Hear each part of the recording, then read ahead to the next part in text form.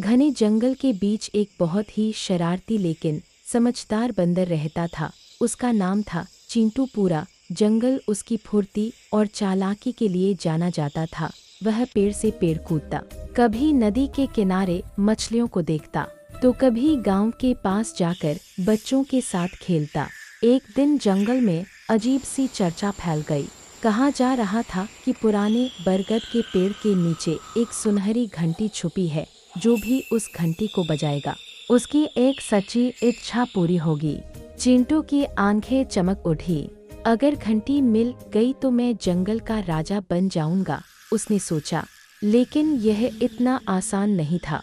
बरगद के पेड़ की रखवाली करता था एक बूढ़ा मगर बहुत चालाक काला अजगर। वह किसी को भी पास नहीं आने देता था। रात के समय चिंटू चुपचाप बरगद के पेड़ तक पहुंचा। अचानक भुपकार, अजगर जाग गया। कौन है? अजगर ने गरज कर पूछा।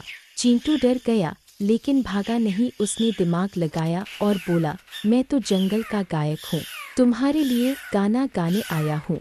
अजगर को गाने का बहुत शौक था।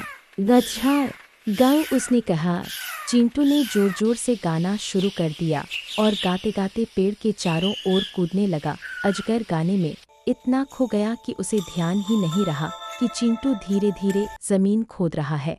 थोड़ी देर में डींग डींग सुनहरी घंटी दिख गई। चिंटू ने घंटी उठाई लेकिन तभी उसका दिल कांप गया। वह राजा बनना चाहता था पर उसे जंगल के बच्चे, दोस्त और आज़ादी याद आ गई। उसने घंटी बजाई और बोला, मेरी इच्छा है कि मेरा जंगल हमेशा सुरक्षित और खुशहाल रहे। तेज रोशनी हुई और घंटी गायब हो गई। अजगर ने आंखें खोली और मुस्कराकर बोला, आज तुमने साबित कर दिया कि असली राजा वही होता है जो सबके बारे में सोचता है। उस दिन के बाद